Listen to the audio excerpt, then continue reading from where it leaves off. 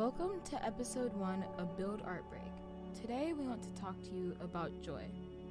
With so many outside forces that work to control our emotional state, such as work, school, bills, and court cases, all kinds of impressions we face every day, making space for happiness is revolutionary. It is a resistance and rejection of those things that tear us down. Joy helps minimize the stress of traumatic experiences we have gone through, or the stress of everyday life. It activates positivity in our brains and helps us heal and thrive. What we want to do with this video is focus on the things that bring us joy. Celebrate them and then let positivity flow so we can live our best lives.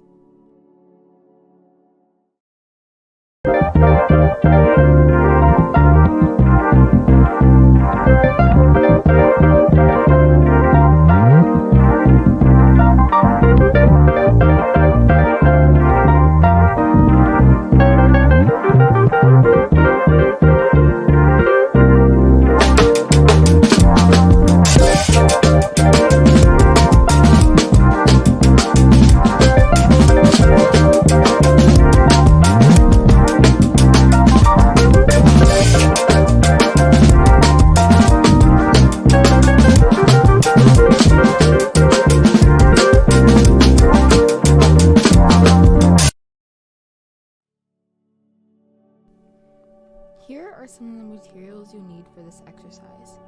Paper, a canvas, or a photograph of yourself printed on paper, a pencil or pen, and some color. If you use a photo, you'll be painting over it, so make sure you have another copy. Some other options include a tracing of your hand or using the outline of a human shape to represent yourself. If you want to go big, have someone trace the shape of your actual body on a large sheet of paper.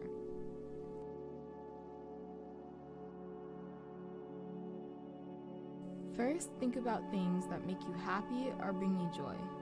Make a list of about 5 to 6 items that you can think of. These can be small moments like warm chocolate chip cookies or something bigger, like a memory of a vacation or a person that you really appreciate. Anything that brings you joy into your life.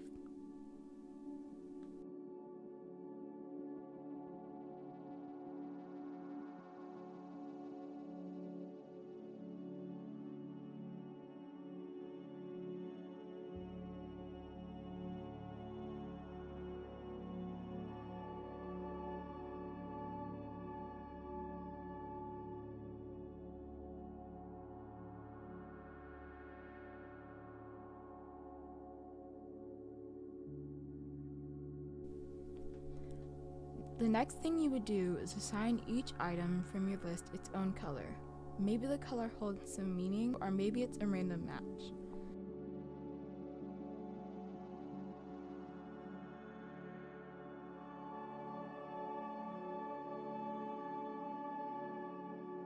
You should choose colors that also make you happy and at peace.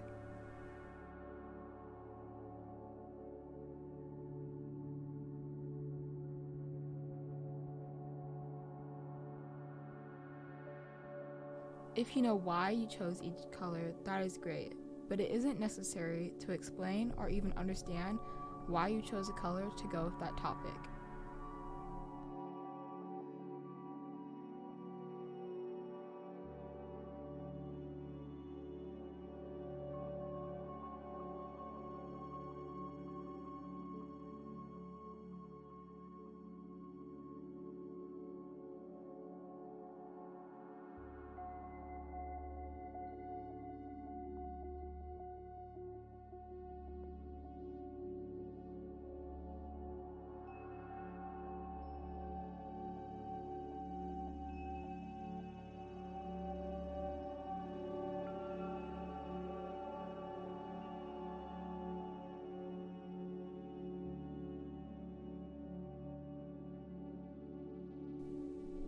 Now it's time to think about each color and the item it represents.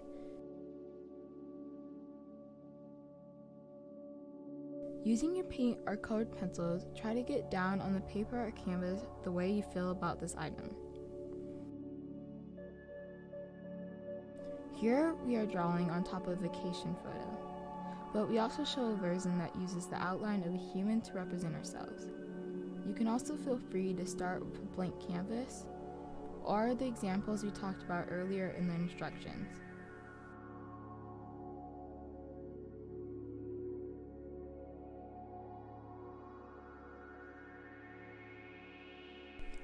Some of the things that you can think about as you paint are what are the shapes the thing takes, or where does it show up for you in your life?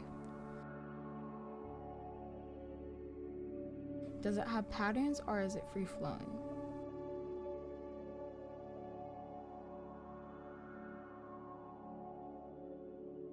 Don't worry at all about getting it right, because any mistake in art is alright.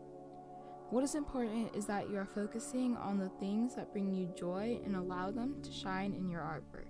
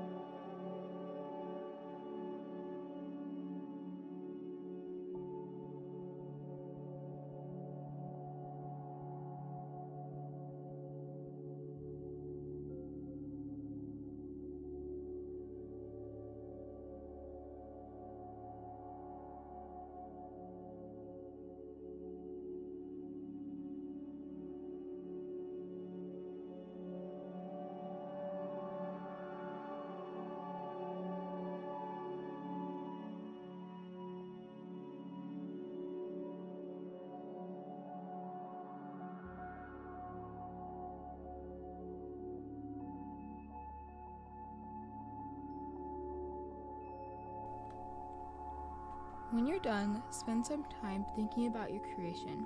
Reflect on those things that bring you happiness one more time. Thank them, and let's look for more opportunities to let them grow in your life.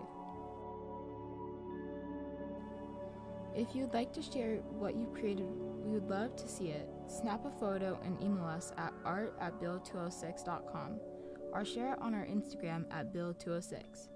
We're choosing one random community member each week to win a Visa gift card for sharing their creation with us.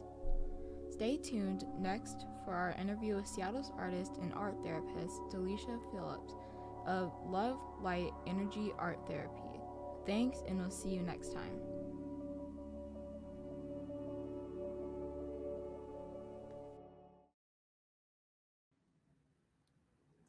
All right.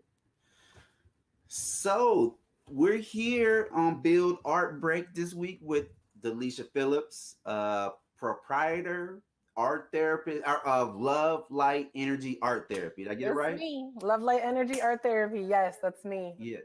Dopest, one of the dopest, funnest, most engaged artists in town.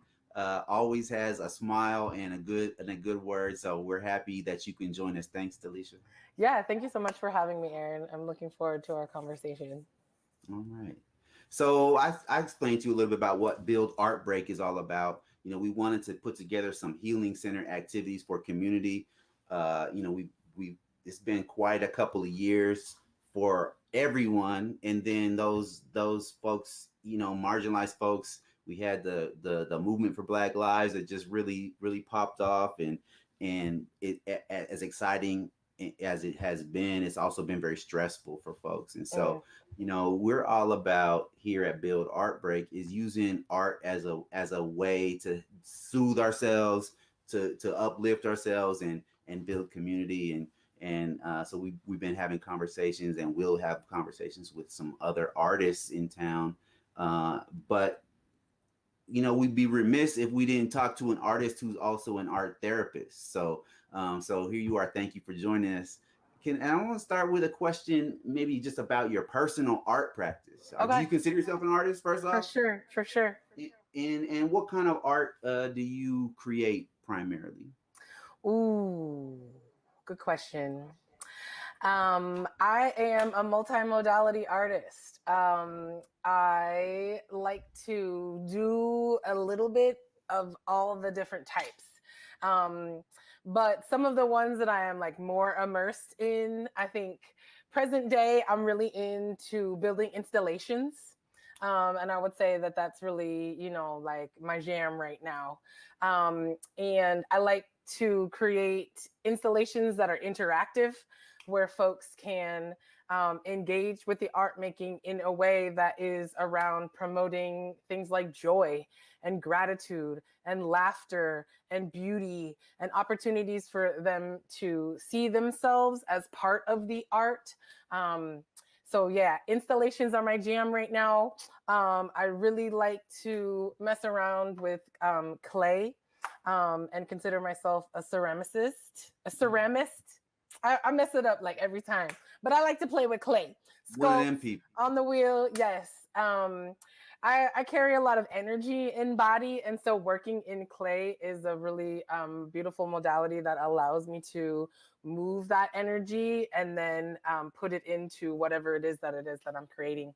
Um, I'm a performer, a musician. I dance. I'm in a burlesque act called Simone Pin. We are a little bit dormant right now just because of so many things that are going on with the performance industry as it intersects with COVID and venues, and wanting to be sure that folks are able to be safe and not being perpetuators of this whole COVID and Delta variant situation. So I do all different types of art form. I'm a roller skater. Right. I consider that an art form. I be chefing it in the kitchen. I consider that an art form.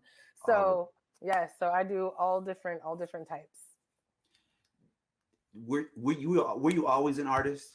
Like, were you creative as a young Ooh. person? Oh yes, for sure. Yes. And it was probably like the last I'm 37. And it was probably like the last three Youngster. 3 to 5 years that I really stepped into my identity as an artist and felt comfortable calling myself an artist. And that was definitely a process. But I have been a creative. I have been engaged in the arts for as long as I have been, revolving the sun. So, Nice. Yeah, I feel like you what we were talking the other day at Build Art Break, just as a quote from, I think Picasso talked about every child is an artist, right? But then the trick is trying to remain an artist as you yes, grow. And yes. so yeah, that sort of has my similar story for me, just coming back around and realizing how important being creative is, just to my own, just my own mental health and Yeah. well-being and enjoyment of life. It just really it makes a difference. Mm. um and so that makes me wonder, like, how did you get into being an art therapist? Ooh, okay. Mm. Um, from a personal, place, as I mentioned, I have been a creative and into the arts ever since I was a child. And art making or creative processes as a young person was my main coping method. Um, I did not grow up in a traditional home where, you got two parents and a dog and a house and all of the things. Both of my parents were incarcerated for the majority of my upcoming. I was raised collectively by my family, primarily by my grandma. Academics were like not a strong suit of mine necessarily. Like was mad smart, like probably smarter than all of my teachers. But when it came to, things like grades and, academic accolades, that wasn't really my jam. But where I did really thrive, where I did really find like my own sense of self was like in the orchestra, Mm. was in, trying out for plays and dancing and being in assemblies where I had opportunities to perform, um, or in my art classes. And it was often the like adults who were art-based educators were the ones that like saw any value in me, where in my academic classes, I was a problem. One, I was smarter than the teacher, and I knew that was, spitting some BS to the young folks, and I was distracting. I was that kid. I was distracting, but that served me well in my artist and creative endeavors. And so personally, like, I as a young person found a lot of healing through art making and creative process. Now then, by way of the arts, I was able to navigate my way through, K-12 and made it to college. And it was, in my little introductory to psych classes that I was, just kind of like when they're exploring the different avenues of the field of psychology, they had like tiptoed into that there was art therapy, that was an actual thing. And so I think that was my first real exposure to art therapy being a thing. And I was attracted to it. I was like, oh, bing. It was kind of like one of those aha light bulb moments. And so from there, I was just kind of like on it. I was like, okay, I'm strong in the arts. I have these, various creative endeavors. So now let me really focus in the academic arena, to do what I needed to do to graduate college. So I graduated with a bachelor's in psychology and a minor in sociology. And then I came into the real world. And had an opportunity to work doing some youth service oriented work, serving young people who were experiencing homelessness. And I was teaching in a barista training and education program that they have down as like a collaboration between Fair Start and youth care. Yeah. And yes, dope program. I was an educator in that program, and I had an opportunity by way of that work to just start bringing art making into my classroom. And so continued on in my career endeavors, moved even more heavily into education spaces. And I'm always in all of the schools that I have been in, since 2008, I'm making artistic boards that young people can interact with. I'm publicly making art like in the hallways or in the lunchroom, just so that young people, because they're curious, they'll spark up conversations with me. Leading a lot of groups with young folks centered around art making as an intervention, in education spaces. And then maybe like 2014, 2015, I made the leap to go back to grad school to get my master's in counseling. And I specifically picked a program that offered a master's in counseling with a focus in art therapy. So, and long story short, Here you are. here we are. So it was like from personal to experiential to professional, I don't know, all those things kind of just kept on marrying themselves, blending themselves together. And that is how I got here today with, having my own art therapy practice, and serving my community in a very unique and like true to me and my identity way. It's important. We appreciate you. So thank you for doing that. Yes, thank you. So you touched a little bit on this, but for just to reiterate for folks who are tapping in, what are the benefits like to being creative? That might be emotional benefits, mental health wise, Yes. socially. Ooh, I love this question. What are those things that doing art or experiencing creativity can do for us? Yes. Okay. So, yes, I love this question because this is where I feel like I really get to bring, lend into my experience and my expertise. So, this is how it goes. art making in and of itself has therapeutic value. So, and this is lots of folks have experienced, right? They might paint to relax, or they might draw to, when they're in a turmoiled mind space, or they dance to release energy or to get their anger out. So just the act of art making itself has therapeutic value. So then you pair that, it's like the flip side of the same coin, with intentionality, with training, with education. You can really amplify that therapeutic value. And so I, as an art therapist, am foundationally trained as a mental health counselor. I can do talk therapy all day, every day, if I wanted to, or if that's what it is that my clients were seeking and or needed. But I have been trained to intersect every aspect of a mental health counseling relationship with some form of art making or creative process. Mm-hmm. So when folks reach out to me and they want to do a consultation or an intake, or when I do assessments for folks, or I think about treatment planning, I do all of those things with dialogue, but also integrating with intention, art making and creative processes. And so what like, I think the question really is like, what's the power of that? Like, why is that even a thing? Yeah. And so this is where the magic happens.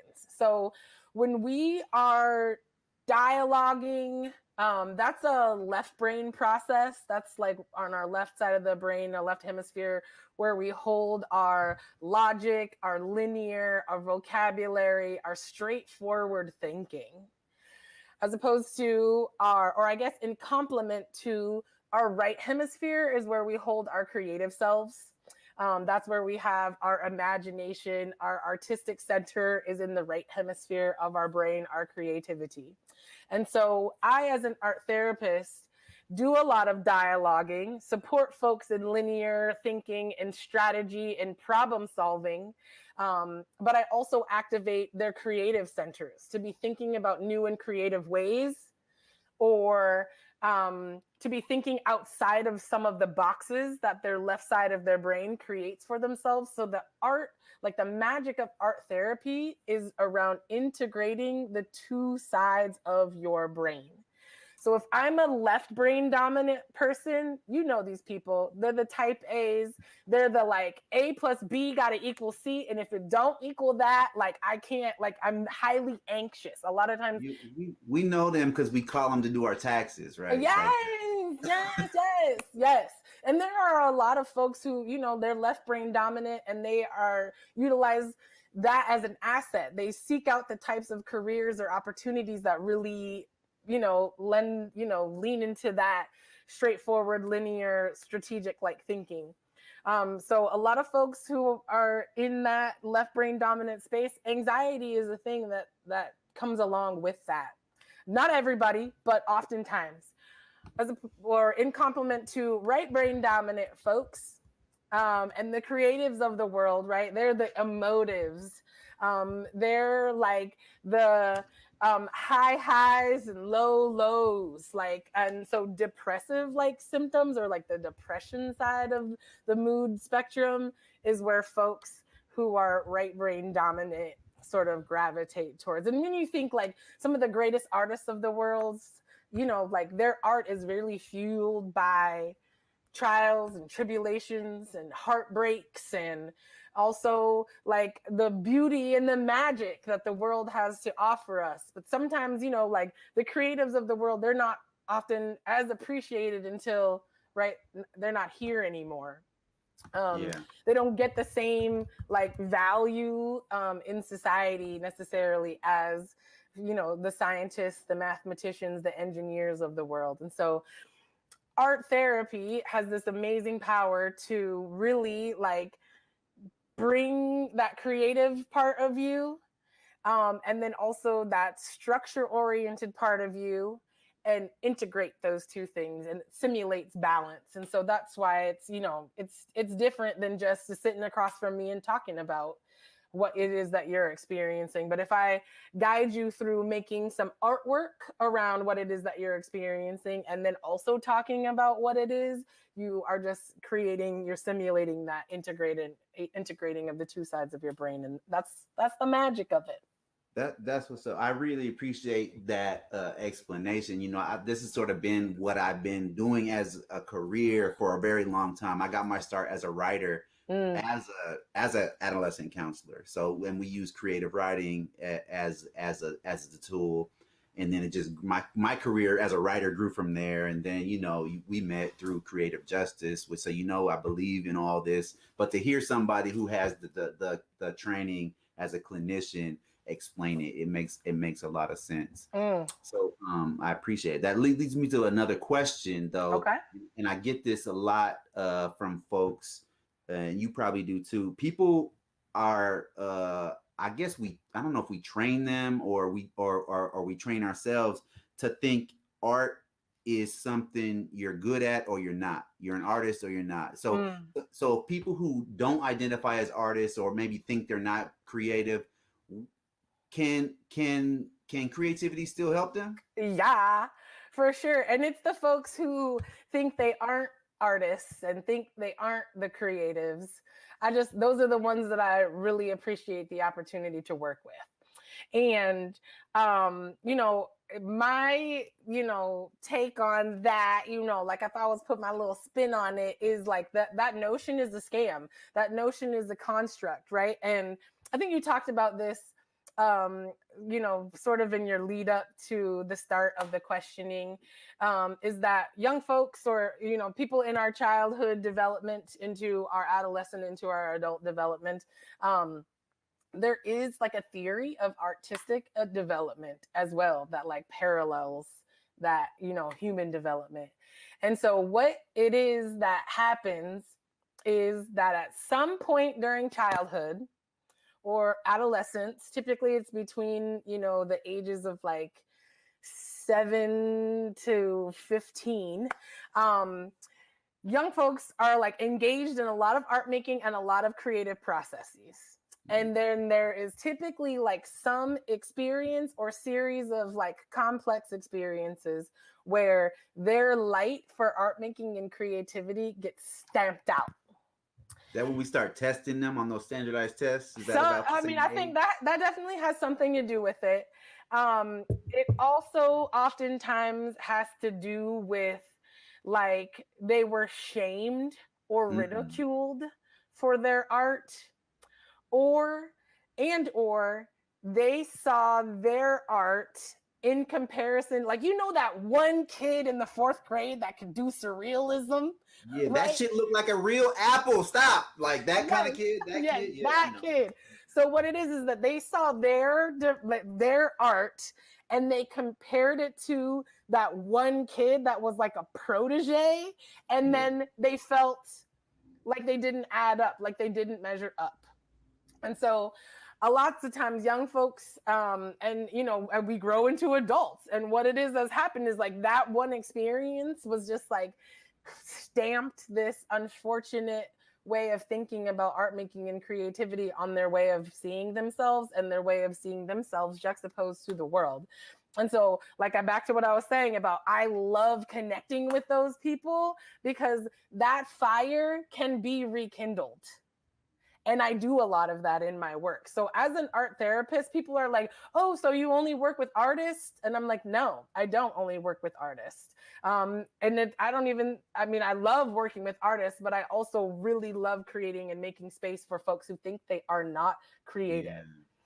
Because really what it happens, it's like kind of connected to a childhood trauma. And so supporting young folks through moving past and through that and re-engaging with their childlike or their artistic and or their creative selves can really help move them through and help them like metabolize an emotional experience that they had a long time ago, that is then, because they thought that they didn't have it, has probably grown into some other challenges and problems in their life, and maybe even to some serious anxiety.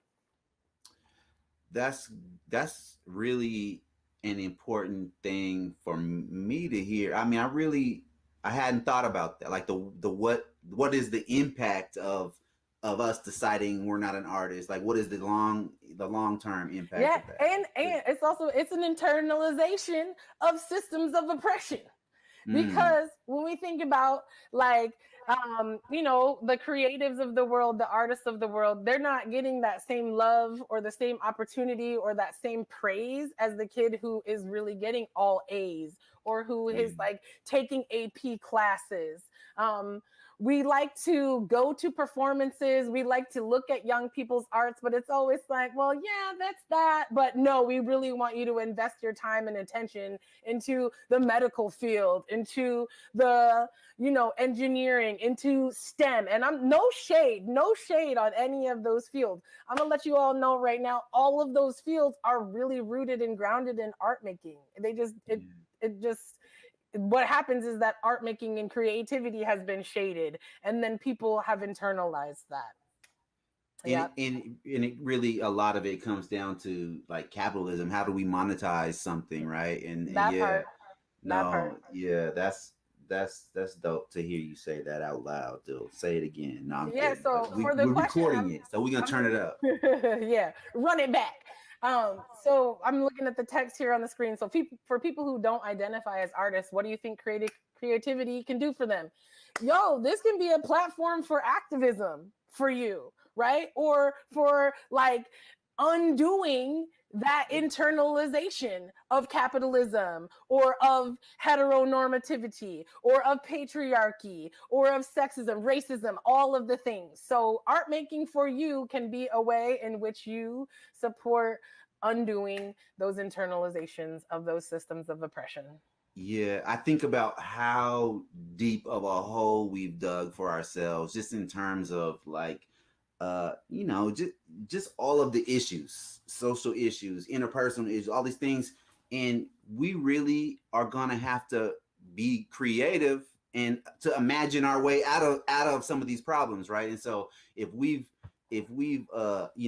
stamped out that creativity, we have fewer people able to really open their mind and think of a solution that doesn't present itself, because we don't have, it's like my man Rakim said, dream and imaginate, right? Like, what I mean, Mhm. we gotta have Yeah. some people that can really That's so imagine. wild. So I'm actually just like literally sitting in front of me. I just cracked this. This is Hey, Octavia's Brood.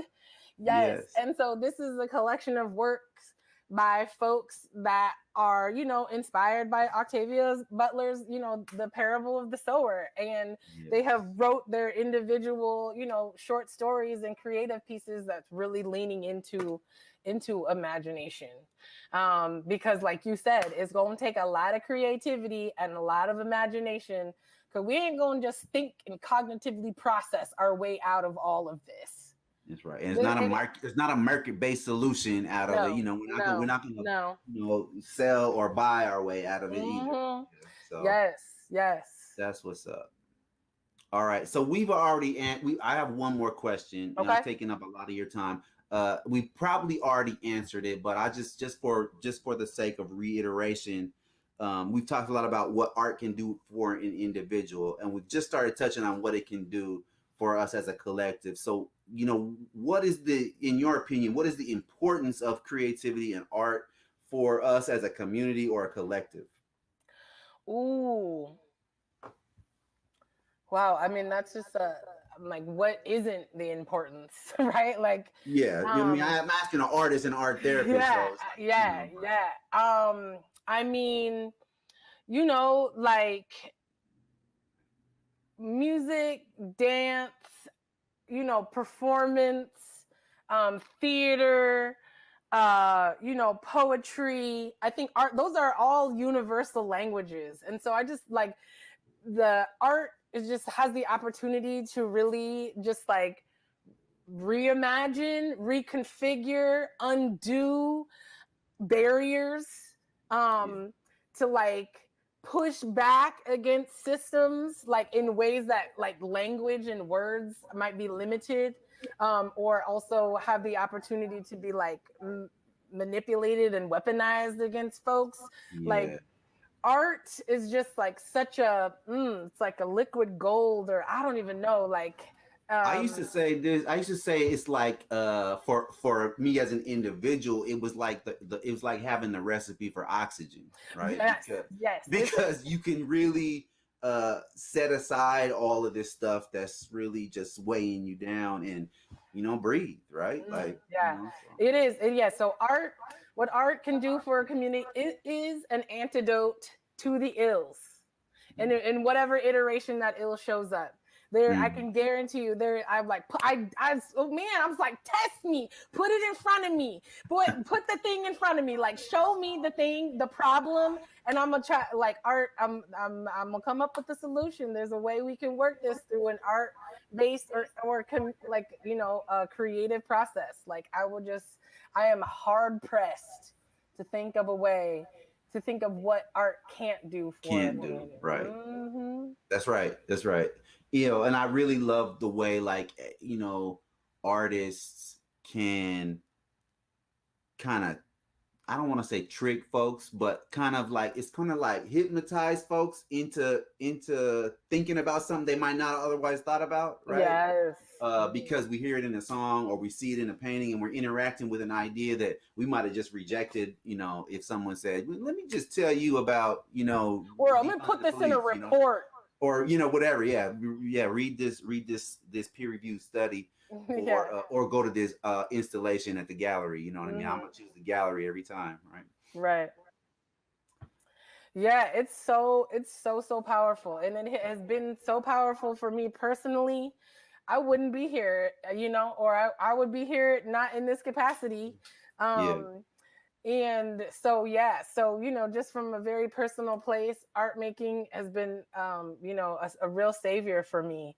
I also think too, when I, as I'm doing my own work around reconnecting to, my ancestry and, spiritual practices of the diaspora, like, I'm like, it's all there. Like, oh, and then the next thing, like, I'm big on, getting out and in the nature and in the trees and out and in wilderness. I mean, Mother Earth, she is the ultimate installation artist for sure. That's like, I'm like, I got this little bamboo garden right outside of my apartment, and I'm just like, it's popping. Like, this is the installation. This is so creative. And it changes every day, right? It like changes every day. Notice those slight changes. Yeah. So to me, it's like, it's like, I think about indigenous ways of being.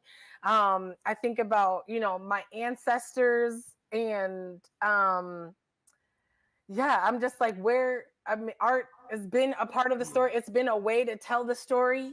Goes back like billions and billions before we even got here. So that's right. There's those cave paintings, right? And those people who made those petroglyphs on those rocks were like, look, we were here, here it is. So it does. It puts it down for longevity and for those future generations to be like, yep, those folks were there and this is what they were thinking about and struggling with and finding joy in and all the ways that they brought beauty into the world on the planet. So thank you, Dalisha. I really appreciate this conversation. I love talking to you always, and to be able to talk to you about something where you are just the most expert person that I know. That is just it's really great for me personally, and I hope it's great for the rest of the community. Thanks for talking to us, Dalisha. I really had a great time, and I thought it was going to be 10 or 15 minutes, and we're coming up on 35 because you have a lot of knowledge to drop. So thank you. Thank you so much for having me. I appreciate it. This is my plug to all y'all. Whether you are an artist or you feel like you are not, find some crayons, markers, color pencils, paints, cross stitch, crochet, cooking a new recipe, styling your outfit, buy some plants and make a little installation in your home. I don't care what you do, but I highly, highly urge you to be creative and just while you're engaged in that process, take the time to be reflective of what it is that you are going through and what it is that you are learning by engaging in that creative process. Get your hands in there. I don't care what it is, just do it. Oh, see, we should have just had that, and that would have been the whole interview. That's perfect. Thank you. Thank you so much, Aaron. All right, we'll talk soon, Dalisha.